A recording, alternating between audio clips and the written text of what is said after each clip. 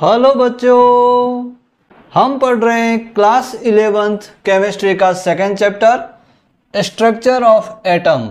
Structure of atom के अंदर हम पढ़ रहे थे एटॉमिक मॉडल, मतलब एटम के स्ट्रक्चर के बारे में जो मॉडल दिए हुए हैं वो मॉडल हम पढ़ रहे हैं। और उसमें हमारा पहला मॉडल थॉमसन एटॉमिक मॉडल हम पहले पढ़ चुके हैं और सेकंड मॉडल हमारा है रदरफोर्ड एटॉमिक मॉडल, जिसे इस वीडियो के अंदर हमें डिटेल से समझना है। बिल्कुल ध्यान से देखिएगा, ये पूरा मॉडल आपके सामने है, इसकी एक एक बात आपको अच्छे से क्लियर करने वाला हूं। तो शुरू करने से पहले इसका आप स्क्रीनशॉट ले लें।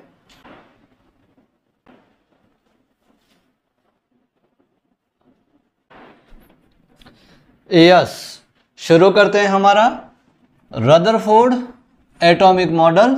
रदरफोर्ड एटॉमिक मॉडल को समझने से पहले रदरफोर्ड ने एक एक्सपेरिमेंट किया था। उस एक्सपेरिमेंट का जो नाम है वो हमारा है Rutherford alpha particle scattering experiment. मतलब रदरफोर्ड ने ये जो एक एक्सपेरिमेंट किया था, इस एक्सपेरिमेंट के आधार पर उन्होंने अपना मॉडल दिया था रदरफोर्ड एटॉमिक मॉडल। तो सबसे पहले उन्होंने अपने जो एक्सपेरिमेंट के अंदर क्या क्या किया है ना, फिर एक्सपेरिमेंट करने के बाद में उस एक्सपेरिमेंट के क्या उन्होंने जो एक्सपेरिमेंट के जो ऑब्जर्वेशन, मतलब उन्होंने जो इस एक्सपेरिमेंट के अंदर जो देखा वो उसके क्या होंगे ऑब्जर्वेशन, जो उन्होंने एक्सपेरिमेंट करने के बाद जो उन्होंने देखा। फिर उसके बाद देखने के बाद में उन्होंने इस एक्सपेरिमेंट के बारे में उन्होंने क्या निकाले कंक्लूजन्स, है ना, क्या क्या कंक्लूजन्स निकाले वो हम समझेंगे। और फिर कंक्लूजन्स निकालने के बाद रदरफोर्ड ने एटम के स्ट्रक्चर के बारे में जो बात बताई है ना, उसको हम कहते हैं रदरफोर्ड एटॉमिक मॉडल। फिर उसके बाद इस एटॉमिक मॉडल के संबंध में जो रदरफोर्ड ने जो बातें बताई उसके बारे में हम डिटेल से पढ़ेंगे। तो सबसे पहले हम शुरू करते हैं कि रदरफोर्ड ने अपने एक्सपेरिमेंट के अंदर क्या क्या किया और कैसे अपना जो एक्सपेरिमेंट है उसको पूरा किया। तो सबसे पहले शुरू करते हैं कि रदरफोर्ड ने अपने जो ये अल्फा पार्टिकल जो स्कैटरिंग जो एक्सपेरिमेंट है उसके अंदर उन्होंने क्या किया था उसको समझते हैं। तो उसके लिए उसका जो डायग्राम है उसको ध्यान से देखें आप। सबसे पहले उन्होंने क्या किया कि ये जो उसका जो नाम है ना अल्फा पार्टिकल स्कैटरिंग, मतलब अल्फा पार्टिकल को प्रवाहित किया है ना, प्रकीर्णित किया किसी दूसरे पदार्थ के ऊपर, है ना, दूसरे सब्सटेंस के ऊपर उसको अल्फा पार्टिकल को डाला।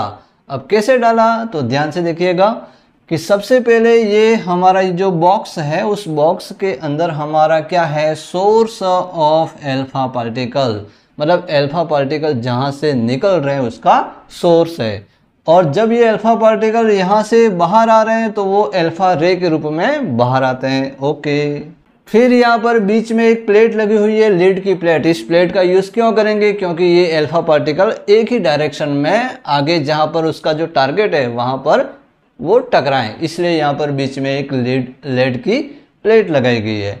अब ये अल्फा पार्टिकल को किसके ऊपर प्रवाहित किया, किसके ऊपर प्रकीर्णित किया, है ना, किसके ऊपर स्कैटरिंग किया, तो वो आप ध्यान से देखिएगा। वो उसका नाम क्या है, थीन गोल्ड फॉइल, मतलब गोल्ड की एक थीन, है ना, बहुत ही पतली फॉइल उन्होंने ली और उसके ऊपर अल्फा पार्टिकल को स्कैटरिंग किया।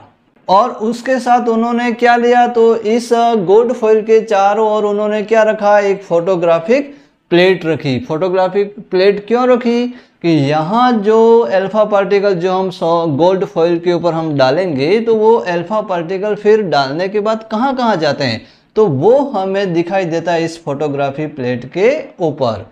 तो उसके लिए उन्होंने ये फोटोग्राफिक प्लेट का यूज़ किया।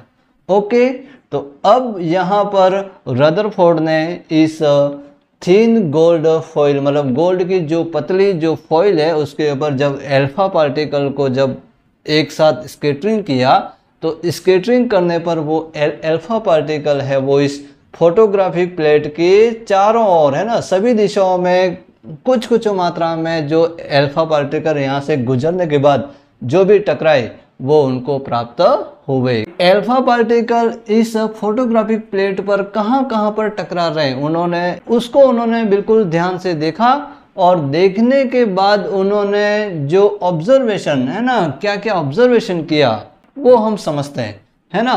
तो सबसे पहला ऑब्जर्वेशन उन्होंने जो देखा कि most of the alpha particle, बहुत सारे जो अल्फा पार्टिकल होते हैं वो passed through the gold foil undeflected, मतलब बहुत सारे जो अल्फा कण है वो इस गोल्ड फॉइल से बिल्कुल अनडिफ्लेक्टेड, मतलब कोई भी प्रभावित होते नहीं है, बिना प्रभावित हुए बिल्कुल क्या हो जाते हैं, बिल्कुल सीधे के सीधे उस गोल्ड फॉइल से निकल जाते हैं, है ना। कितने पार्टिकल, तो बहुत सारे particle, most of the alpha particle, है ना, बहुत सारे अल्फा पार्टिकल होते हैं वो इस गोल्ड फॉइल से बिल्कुल सीधे निकल जाते हैं, कहीं भी वो डिफ्लेक्ट होते नहीं हैं। सेकेंड उन्होंने ये देखा कि a small fraction of the alpha particle, मतलब कुछ मात्रा में जो अल्फा पार्टिकल है ना, बहुत कम मात्रा में जो अल्फा पार्टिकल होते हैं वो were deflected by small angle, मतलब वो छोटा सा एंगल बनाते हुए, छोटे छोटे एंगल बनाते हुए डिफ्लेक्ट हो जाते हैं, मतलब जैसे इस डायरेक्शन में जा रहे हैं तो वो डिफ्लेक्ट होने के बाद अपना जो एंगल है वो छोटा सा क्या कर देते हैं, बदल देते हैं और फिर इस फोटोग्राफिक प्लेट पर टकराते हैं। तो वो कितने पार्टिकल, तो बहुत कम मात्रा में ऐसे अल्फा पार्टिकल उनको प्राप्त हुए। और उसके बाद उन्होंने क्या देखा कि a very few alpha particle, मतलब बहुत ही कम अल्फा पार्टिकल, है ना, कितने, तो ये अप्रोक्सीमेटली 1 पार्टिकल इन 20,000, है ना, मतलब 20,000 में से लगभग एक आध पार्टिकल उनको ऐसा मिला जो बाउंस्ड बैक, मतलब टकरा करके वापस आ गया। That is were deflected by nearly 180 degree, मतलब टकरा करके सीधा वापस आ गया, मतलब कितने डिग्री, 180 डिग्री क्या हो गया, वापस डिफ्लेक्टेड हो गया, मतलब टकरा करके वापस आ गया, है ना। तो कितने पार्टिकल, तो लगभग 20,000, 20,000 में से लगभग एक हाथ पार्टिकल उनको ऐसा प्राप्त हुआ। तो ये तो रदरफोर्ड ने इस एक्सपेरिमेंट के द्वारा उन्होंने जो ऑब्जर्वेशन किया, जो उन्होंने देखा, वो आपके सामने मैंने आपको समझाया। अब उसके बाद में जो उन्होंने देखने के बाद में उन्होंने क्या निकाले, उसके कंक्लूजन्स निकाले, मतलब ये जो बातें हुई तो उससे उन्होंने क्या क्या कंक्लूजन निकाला उसको समझते हैं। सबसे पहला कंक्लूजन हमारा ये है, since most of the alpha particle went straight, है ना, बहुत सारे अल्फा पार्टिकल है वो बिल्कुल सीधे चले जाते हैं थ्रू द मेटल फॉइल, उस मेटल फॉइल में से, है ना, अनडिफ्लेक्टेड, वो डिफ्लेक्टेड होते नहीं हैं, है ना, अपने एंगल को बदलते नहीं हैं, बिल्कुल सीधे चले जाते हैं। इसका मतलब it means that there must be very large empty space within the atom. इसका मतलब ये हुआ कि उस एटम के अंदर बहुत सारा जो लार्ज, है ना, लार्ज एम्प्टी स्पेस, मतलब उस एटम के अंदर बहुत सारा जो स्पेस है वो बिल्कुल खाली है ना, बिल्कुल ज़्यादा मात्रा में उस एटम के अंदर स्पेस पाया जाता है, इसलिए बहुत सारे अल्फा पार्टिकल बिल्कुल सीधे गुजर जाते हैं, है ना।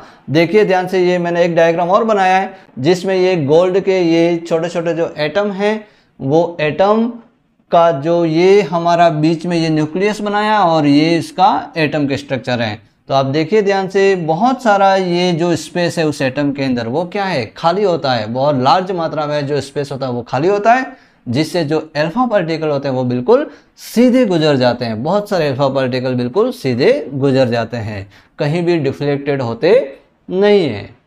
तो ये तो हो गया हमारा पहला कंक्लूजन।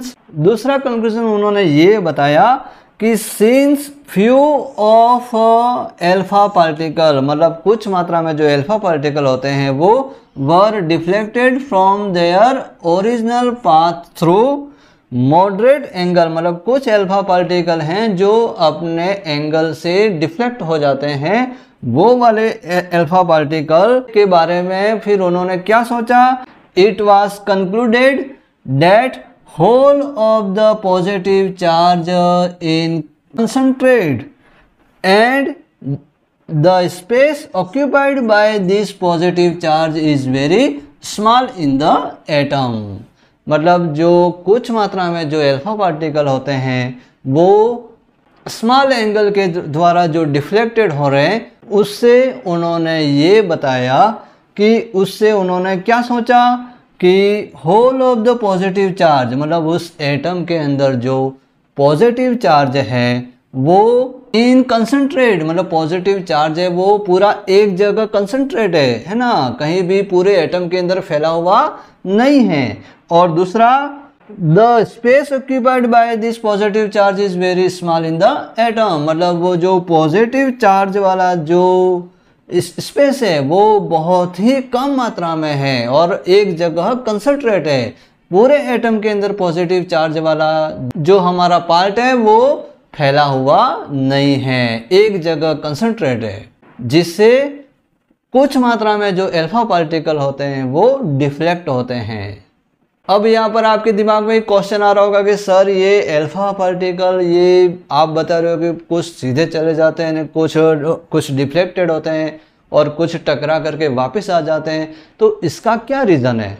तो इसका रीज़न ये है कि हमारे जो अल्फा पार्टिकल जो होते हैं वो अल्फा पार्टिकल क्या होते हैं? तो अल्फा पार्टिकल जो हमारे होते हैं वो जो हीलियम के एटम होते हैं, है ना, हीलियम के हमारे एटम हैं और वो हीलियम भी कैसा है? डबली आयोनाइज्ड हीलियम पार्टिकल, मतलब इसके ऊपर डबल पॉजिटिव चार्ज है। उस अल्फा पार्टिकल के ऊपर कौन सा चार्ज है? डबल पॉजिटिव चार्ज, मतलब पॉजिटिव चार्ज है। और पॉजिटिव चार्ज यदि पॉजिटिव चार्ज के पास में जाएगा तो क्या होगा? डिफ्लेक्ट होगा। इसलिए यहाँ पर जो हमारा पॉजिटिव जो पार्ट उस एटम के अंदर जो होता है, जिसको हम क्या कहते हैं? प्रोटॉन। तो वो प्रोटॉन जो है वो उस एटम के अंदर क्या है? एक जगह कंसंट्रेट है और बाकी उस एटम के अंदर पूरा भाग क्या है? खाली है। तो जहां पर एटम का जो बहुत सारा स्पेस खाली है, वहां से यदि अल्फा पार्टिकल जाएंगे तो कोई भी डिफ्लेक्ट अल्फा पार्टिकल होने वाला नहीं है, वो बिल्कुल सीधे के सीधे निकल जाएंगे। मतलब यहाँ पर ये हुआ कि जो पॉजिटिव चार्ज यदि पॉजिटिव चार्ज के पास में आता है तो वो डिफ्लेक्ट होता है। तो यहाँ पर पॉजिटिव चार्ज बहुत ही एक जगह कंसंट्रेट है, इसीलिए क्या हो रहा है कि बहुत सारे अल्फा पार्टिकल जो एटम में खाली जगह होने की वजह से बिल्कुल सीधे निकल जाते हैं और कुछ अल्फा पार्टिकल ही, जो अल्फा पार्टिकल उस पॉजिटिव चार्ज के यदि जो पास में होकर से जाएगा तो वो थोड़ा सा डिफ्लेक्ट हो जाएगा। तो इसलिए उन्होंने सोचा कि हमारा जो पॉजिटिव चार्ज होता है वो एक छोटे से स्पेस के अंदर पूरा का पूरा कंसंट्रेट है ना, पूरे एटम के अंदर फैला हुआ नहीं है। इसलिए कुछ ही अल्फा पार्टिकल है वो छोटे से एंगल बनाते हुए डिफ्लेक्ट हो जाते हैं, है ना। तो ये बात उन्होंने बताई। फिर उसके बाद में थर्ड जो उन्होंने कंक्लूजन जो निकाला कि a very few of the alpha particle, मतलब बहुत कम अल्फा पार्टिकल जो होते हैं वो सफर्ड स्ट्रॉन्ग डिफ्लेक्टेड ऑन, है ना, वो बहुत ही ज़्यादा डिफ्लेक्टेड होते हैं, है ना, जो टकरा करके वापस आ जाते हैं। ऑन इवन रिटर्न, है ना, वो टकरा करके क्या हो जाते हैं? वापस आ जाते हैं। ऑन देयर पाथ, वो जिस पाथ से जाते हैं उसी पाथ से टकरा करके वापस आ जाते हैं। तो जिससे क्या इंडिकेट होता है? तो indicating that the nucleus is rigid, जो उसका जो न्यूक्लियस वाला जो पार्ट है, जो पॉजिटिव वाला जो पार्ट है वो क्या है? रिगिड है, वो बहुत ही कठोर है कि इससे जो अल्फा पार्टिकल है वो उससे नहीं गुजर रहा, मतलब वो क्या है? रिगिड है, कठोर है। और क्या है? एंड अल्फा पार्टिकल रिकॉइल, जो अल्फा पार्टिकल टकरा करके वापिस आ रहा है due to the direct collision, क्योंकि वो उससे डायरेक्ट क्या हो रहा है? टकरा रहा है with the heavy positive charge mass, मतलब जो हैवी पॉजिटिवली जो चार्ज वाला जो पॉजिटिव चार्ज वाला जो मास है उससे वो डायरेक्ट टकरा रहा है, इसलिए वो अल्फा पार्टिकल है वो टकरा करके वापिस आ रहा है। तो ये तो रदरफोर्ड ने ये जो उन्होंने एक्सपेरिमेंट किया उससे उन्होंने ये क्या निकाले? उसके कंक्लूजन। अब इस कंक्लूजन के बेस पर उन्होंने एटम के स्ट्रक्चर के बारे में जो बातें बताई उसको हम आगे समझते हैं उसके रदरफोर्ड एटॉमिक मॉडल के अंदर। Okay, yes, Rutherford atomic model. शुरू करने से पहले इसका स्क्रीनशॉट ले लें।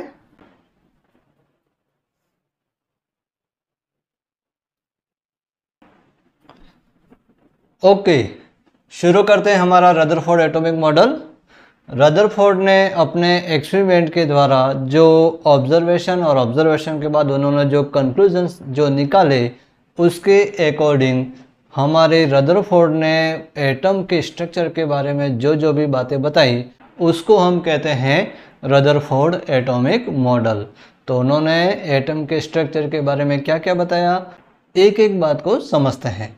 यस, सबसे पहला पॉइंट उन्होंने जो बताया एटम के स्ट्रक्चर के बारे में, the positive charge and most of the mass. एक तो एटम के अंदर जो पॉजिटिव चार्ज होता है ना, पॉजिटिव चार्ज किसके अंदर होता है, प्रोटॉन के अंदर, है ना। तो प्रोटॉन का जो पॉजिटिव चार्ज है और उसका मोस्ट ऑफ द मास, मतलब उसका जो पूरा जो मास है वो ऑफ एटम, मतलब एटम के अंदर वाज कंसंट्रेट, है ना, मतलब पूरा का पूरा एक जगह एकत्रित है ना, कंसंट्रेट है, एक जगह है पूरा का पूरा, क्या, तो उसका पॉजिटिव चार्ज और उसका मास, किसका, एटम का। इन एक्सट्रीमली स्मॉल रीजन, मतलब बहुत ही छोटे से क्षेत्र में उसका जो पॉजिटिव चार्ज वाला जो पार्ट है वो कंसंट्रेट है, और जिसको रदरफोर्ड ने इसका क्या नाम दिया, तो रदरफोर्ड ने इसका नाम दिया कॉल्ड न्यूक्लियस। रदरफोर्ड ने उस छोटे से जो पॉजिटिव चार्ज वाला भाग जो स्मॉल रीजन के अंदर जो कंसंट्रेट है उसको रदरफोर्ड ने क्या नाम दिया, न्यूक्लियस। मतलब इसका मतलब ये हुआ कि एटम के स्ट्रक्चर के अंदर ये जो सबसे अंदर सेंटर में ये जो पॉजिटिव चार्ज वाला ये जो भाग है उसको रदरफोर्ड ने क्या नाम दिया, न्यूक्लियस नाम दिया। ओके, फिर उसके बाद सेकेंड पॉइंट के अंदर उन्होंने बताया कि the nucleus is surrounded by electron. इस न्यूक्लियस के चारों ओर, न्यूक्लियस है वो किसके द्वारा घिरा हुआ है, तो वो न्यूक्लियस है वो उसके चारों ओर जो इलेक्ट्रॉन है, ये इलेक्ट्रॉन के द्वारा जो न्यूक्लियस है वो घिरा हुआ रहता है, surrounded by electron that move around the nucleus. जो न्यूक्लियस के चारों ओर क्या करते हैं, मूव करते हैं विथ हाई स्पीड के अंदर इन सर्कुलर पाथ, मतलब वो न्यूक्लियस के चारों ओर हाई स्पीड से वो जो इलेक्ट्रॉन होते हैं वो एक सर्कुलर पाथ में क्या करते हैं, मूव करते हैं। और वो जो जिस सर्कुलर पाथ में वो इलेक्ट्रॉन मूव करते हैं उसको उन्होंने क्या नाम दिया, ऑर्बिट नाम दिया। क्या नाम दिया उसका, उसको ऑर्बिट, है ना। जिस पाथ में वो इलेक्ट्रॉन मूव करते हैं उसको हम क्या कहते हैं, ऑर्बिट कहते हैं। ओके, फिर उसके बाद उन्होंने बताया कि इलेक्ट्रॉन एंड द न्यूक्लियस, एक तो इलेक्ट्रॉन जो न्यूक्लियस के चारों ओर घूम रहे हैं, है ना, electron and the nucleus are held together, वो हमेशा साथ साथ में ही रहते हैं, है ना। क्यों साथ में रहते हैं और किसके द्वारा साथ में रहते हैं, तो by electrostatic force of attraction, क्योंकि इस इलेक्ट्रॉन के ऊपर नेगेटिव चार्ज होता है और ये जो न्यूक्लियस के अंदर पॉजिटिव चार्ज होता है, तो नेगेटिव पॉजिटिव चार्ज के बीच में इलेक्ट्रोस्टैटिक फोर्स के अट्रैक्शन की वजह से ये जो इलेक्ट्रॉन और न्यूक्लियस दोनों हमेशा साथ साथ में ही रहते हैं, इलेक्ट्रॉन है वो बाहर निकलते नहीं हैं। ओके, फिर उसके बाद उन्होंने बताया कि न्यूक्लियस हैज़ ए डायमीटर, मतलब न्यूक्लियस का जो डायमीटर है ना, न्यूक्लियस का डायमीटर किसको कहते हैं, जैसे ये सर्कल है तो उसका डायमीटर ये रहा, है ना, पूरा का पूरा। ओके, तो ये जो डायमीटर किसका, न्यूक्लियस का, है ना, इसका, इस न्यूक्लियस का डायमीटर की बात कर रहे हैं, है ना। तो न्यूक्लियस का जो डायमीटर ऑफ द ऑर्डर कितना होता है, तो 10⁻⁻12 टू 10⁻⁻15 मीटर के बीच में क्या होता है, न्यूक्लियस का डायमीटर। ऐसा किसने बताया, रदरफोर्ड ने। और जो एटम का जो डायमीटर होता है वो हमारा कितना होता है, of the order of 10⁻10 metre. हमारा जो पूरे एटम का जो डायमीटर रहता है वो 10⁻10 मीटर, और न्यूक्लियस का जो डायमीटर रहता है वो होता है 10⁻12 टू 10⁻15। ओके, तो ये हमारी जो रदरफोर्ड ने एटम के स्ट्रक्चर के बारे में जो बातें बताई उसको हमने समझी। अब उसके बाद इस रदरफोर्ड के मॉडल के अंदर उसके क्या ड्रॉबैक है ना, इस मॉडल का भी एक ड्रॉबैक है। वो ड्रॉबैक क्या है उसको अपन समझते हैं। रदरफोर्ड के एटॉमिक मॉडल का ड्रॉबैक, इसको भी आपको ध्यान में रखना है ना। तो उसका ड्रॉबैक क्या है उसको समझते हैं। तो this theory could not explain, ये जो रदरफोर्ड की जो एटॉमिक मॉडल जो है वो कुड नॉट एक्सप्लेन, किसको एक्सप्लेन नहीं करता है, तो द स्टेबिलिटी ऑफ एटम, ये स्टेबिलिटी, एटम की स्टेबिलिटी को एक्सप्लेन नहीं करता है। क्यों नहीं करता है, कैसे नहीं करता है, तो उसके संबंध में हमारा एक साइंटिस्ट है, उस साइंटिस्ट का नाम है मैक्सवेल। मतलब जिस समय रदरफोर्ड ने ये एटॉमिक मॉडल दिया था उसी समय हमारा ये जो साइंटिस्ट जो मैक्सवेल है उन्होंने भी एक एक्सपेरिमेंट किया था, और उस एक्सपेरिमेंट के द्वारा उन्होंने ये पता लगाया था कि यदि कोई चार्जेबल जो पार्टिकल होता है, ऐसा पार्टिकल जिसके ऊपर कोई चार्ज है और यदि वो मूव करता है तो वो अपने चारों ओर क्या क्रिएट करता है, तो वो इलेक्ट्रोमैग्नेटिक रेडिएशन क्रिएट करता है। कौन, जो चार्जेबल पार्टिकल होता है वो यदि वो मूव करता है तो वो अपने चारों ओर इलेक्ट्रोमैग्नेटिक रेडिएशन क्रिएट करता है। तो जब वो इलेक्ट्रोमैग्नेटिक रेडिएशन क्रिएट करता है तो वो अपनी एनर्जी को लूज करता है, वो अपनी एनर्जी को कम करता है। कौन, चार्जेबल पार्टिकल। ऐसा एक्सपेरिमेंट के द्वारा प्रूफ किया था किसने, मैक्सवेल ने इसको प्रूव किया था। तो इस बात को जब रदरफोर्ड के उसके मॉडल के अंदर मैक्सवेल ने ये पूछा कि electron lose its energy, electron है वो एनर्जी को लूज करते हैं, कब करते हैं, कंटिन्यूसली, लगातार करते हैं, in the form of the electromagnetic radiation, क्योंकि वो इलेक्ट्रोमैग्नेटिक रेडिएशन को बनाते हैं ना, उसका फॉर्मेशन करते हैं, इसलिए इलेक्ट्रॉन एनर्जी को क्या करते हैं, लूज करते हैं। ऐसा किसने कहा था, मैक्सवेल ने। क्यों कहा था, क्योंकि इलेक्ट्रॉन यहाँ पर क्या करते हैं, सर्कुलर पाथ में क्या करते हैं, मूव करते हैं, इसलिए उन्होंने कहा कि भाई इलेक्ट्रॉन तो क्या करते हैं, इलेक्ट्रोमैग्नेटिक रेडिएशन का फॉर्मेशन करते हैं और अपनी एनर्जी को लूज करते हैं। तो लूज करते हैं तो फिर क्या होगा, तो एज द रिजल्ट, जिसके परिणाम स्वरूप क्या होगा, result of this the electron should lose energy, तो इलेक्ट्रॉन अपनी एनर्जी को लूज करेगा, उसकी एनर्जी क्या हो जाएगी, कम हो जाएगी। एट एवरी टर्न, मतलब जब वो बार बार इस पॉजिटिव चार्ज के चारों ओर यदि बार बार घूमेगा तो वो अपनी एनर्जी को क्या करेगा, लूज करेगा। And move closer and closer to the nucleus, और वो जैसे जैसे वो उस न्यूक्लियस के चारों ओर घूमेगा तो घूमते घूमते वो न्यूक्लियस के पास में आ जाएगा, पास में आता जाएगा। कौन आता जाएगा, इलेक्ट्रॉन। फॉलोइंग ए स्पाइरल पाथ, वो अपने स्पाइरल पाथ के अंदर है ना, गोलाकार पाथ के अंदर वो धीरे धीरे इलेक्ट्रॉन घूमते घूमते न्यूक्लियस के पास में आ जाएगा। द अल्टीमेट रिजल्ट, फिर लास्ट में क्या होगा, तो will be that it will fall into the nucleus, फिर लास्ट में वो इलेक्ट्रॉन उस न्यूक्लियस के अंदर गिर जाएगा, है ना, फॉल हो जाएगा। Thereby making the atom unstable, जब इलेक्ट्रॉन यदि न्यूक्लियस के अंदर चला जाएगा तो वो एटम क्या हो जाएगा, अनस्टेबल हो जाएगा। तो मैक्सवेल के अकॉर्डिंग तो हमारा जो एटम क्या हो जाएगा, अनस्टेबल हो जाएगा। तो रदरफोर्ड को ये भाई पूछा गया कि एटम तो स्टेबल होता है और आप कह रहे हो इलेक्ट्रॉन घूम रहा है, तो इलेक्ट्रॉन घूमता है तो वो धीरे धीरे इलेक्ट्रॉन न्यूक्लियस के अंदर चला जाएगा और वो एटम क्या हो जाएगा, अनस्टेबल हो जाएगा। लेकिन एटम तो अनस्टेबल होता नहीं है। तो इस बात का आप स्पष्टीकरण दीजिए, इस बात को आप एक्सप्लेन कीजिए कि ये एटम है वो स्टेबल क्यों होता है। तो इस बात का जवाब है वो रदरफोर्ड नहीं दे सका। इसलिए ये जो क्या हो गया, इस रदरफोर्ड के एटॉमिक मॉडल का ड्रॉबैक, जो एटम की स्टेबिलिटी के बारे में वो एक्सप्लेन नहीं कर सका। ओके, तो इस आज के इस वीडियो के अंदर हमने रदरफोर्ड का अल्फा स्कैटरिंग एक्सपेरिमेंट, उसके बाद उस एक्सपेरिमेंट के ऑब्जर्वेशन के बाद उन्होंने जो कंक्लूजन निकाले, और कंक्लूजन निकालने के बाद उन्होंने क्या एटम के स्ट्रक्चर के बारे में जो मॉडल दिया, रदरफोर्ड एटॉमिक मॉडल, उसको समझने के बाद हमने लास्ट में ये समझा कि इस मॉडल के क्या ड्रॉबैक हैं। पूरी बातों को हमने अच्छे से एक्सप्लेन किया। आशा करता हूँ आपको समझ में आया होगा। वीडियो अच्छा लगा हो तो उसे लाइक और शेयर करें और हमारे चैनल को सब्सक्राइब ज़रूर करें।